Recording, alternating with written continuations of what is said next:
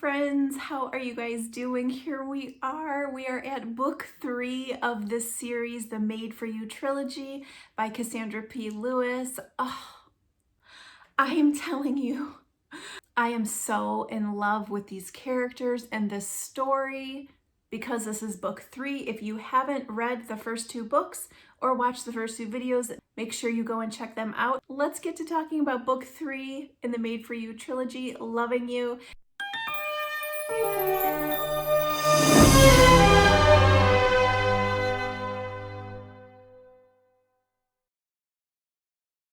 You guys, I did not want it to end. I didn't.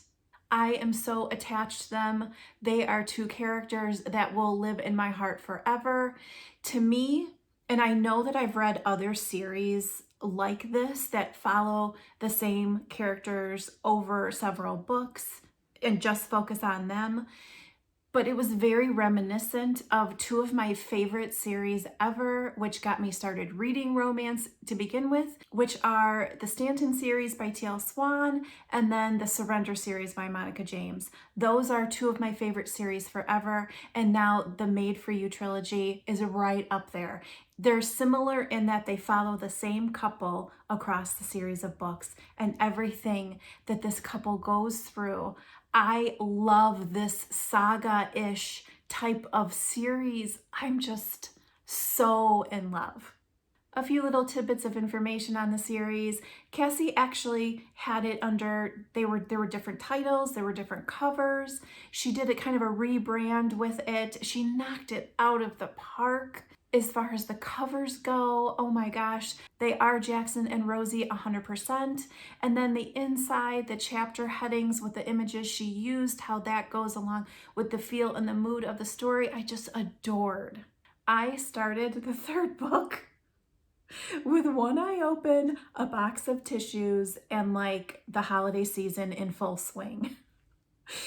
I couldn't wait at night because I read at night before I go to bed every single night. I could not wait to like get up there at night and start and get back to them. I needed to know where Cassie was going to take them. They had been through so much already. I felt like I was living the story with them. Book 3 starts. They are together. They are strong. They are committed. They are in love. I'm in love with them. Surely they have paid their dues by now. Come on. I needed this book to be rainbows and butterflies. I needed this book to be happily ever after. We do get that. But Cassie's not done with us. She needed them to go through a little bit more before we get there, because quite frankly, is any love story worth it if you haven't gone through it, if you haven't sacrificed, if you haven't fought tooth and nail, if you haven't grown as a person with your love and in your relationship? Sometimes there's relationships that are harder than others, but damn, are they worth it. Jackson and Rosie have that worth it relationship.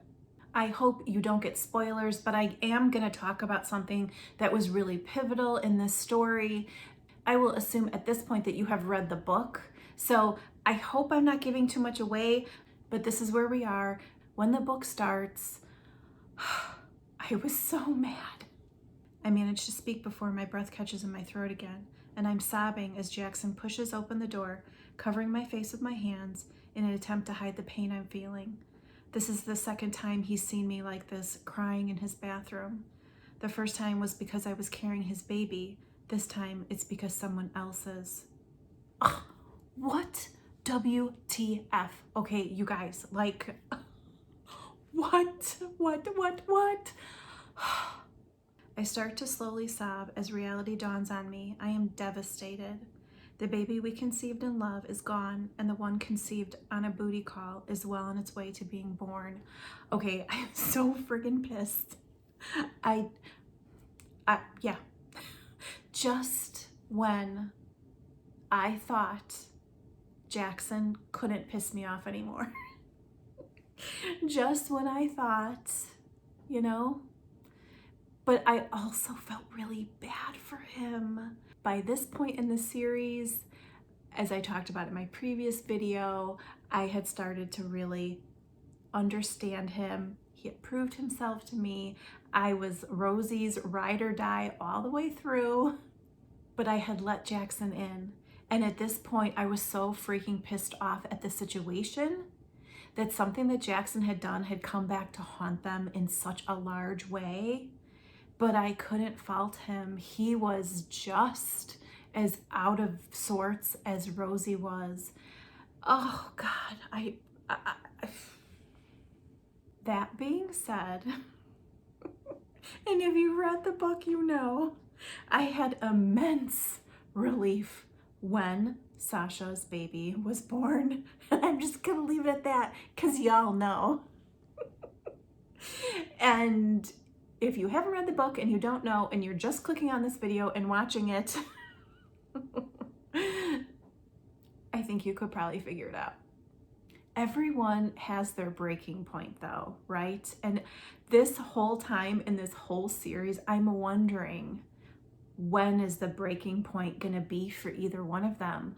I kind of thought maybe we had gotten to that point, but their love proved me wrong. I felt Rosie in my soul. I understood her. And when she got to her breaking point, I was right there with her.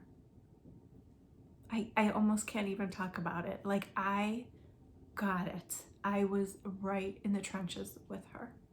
And again, I needed Jackson to prove to me that Rosie's love was safe with him. And I didn't know. I didn't know if it was. I didn't know if Cassie was going to give us a happily ever after. I was like, oh no, you didn't. Literally, I need them to make it. I need there to be a happily ever after. Where are the freaking rainbows and butterflies? We saw glimpses of the old Jackson in this book, and I was like, you son of a bitch. I was so pissed off at him. You guys, I'm telling you, the ups and downs, the peaks and valleys in this love story are amazing, and you will have your heart torn apart in a million pieces. And then Cassie puts it together piece by piece. I love how she crafted their story. I love the turmoil. I love the highs. I love the lows. To me, it felt so real and raw, and those are my favorite kind of love stories. At one point, Jackson says, I'll do whatever it takes. And you know what? He does. And we do get a happily ever after at the end of this book. I think, to me, and touching on the fact that I love a real love story, sometimes you just need time to go on. You just need to start living your life, whether that is with the person you love or without. And eventually you realize time has gone on. So in this case, with them, they just needed time as a couple to learn how to be a couple, to learn how to communicate, to learn how to take the blows without wanting to run each time.